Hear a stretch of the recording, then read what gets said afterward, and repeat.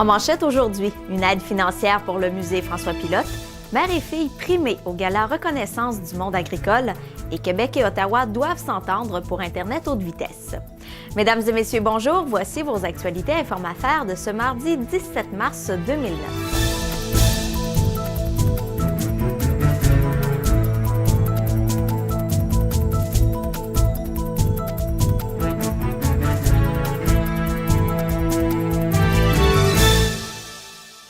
Le musée François Pilote de la Pocatière a reçu récemment une importante aide financière de Québec de 423 000 $.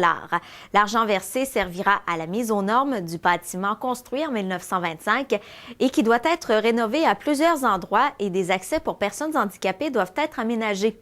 L'argent octroyé correspond à 90 % du coût total des travaux.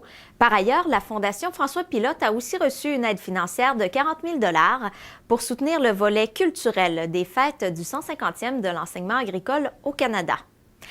Denise Deschênes-Caron et sa fille Isabelle se sont distinguées récemment lors du 7e gala Reconnaissance du monde agricole de la Côte-du-Sud. Les deux femmes de Lillet ont reçu les prix Coup de cœur et Relève pour l'entreprise familiale Les Serres Caron. Parmi les autres lauréats, mentionnons les prix d'agriculteurs et d'agricultrices de l'année qui ont été remis à Sophie Demougeot de la Pocatière et Lucien Dumais de Saint-Pascal. Pierre Boulay de Montmagny a reçu pour sa part le prix Reconnaissance et la famille Hudon-Pelletier de Saint-Roch-des-Aunais a reçu le prix de famille de l'année.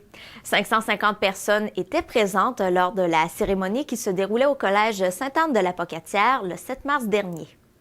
Et Québec et Ottawa doivent s'entendre pour enfin permettre aux résidents des régions rurales d'être desservis par Internet haute vitesse.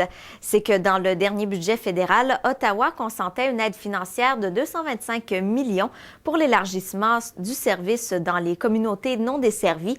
Québec est revenu à la charge récemment en annonçant une aide financière de 24 millions pour brancher les régions rurales au service haute vitesse. Le député de Montmagny-Lillet-Kamouraska-Rivière-du-Loup, Paul Crête, demande que le Québec ne soit pas pénalisé et qu'en plus du 24 millions confirmés par le provincial, la province bénéficie de la part du gâteau qui lui est due du fédéral. Voilà, c'est ce qui complète vos actualités de ce 17 mars. Bonne journée et à demain.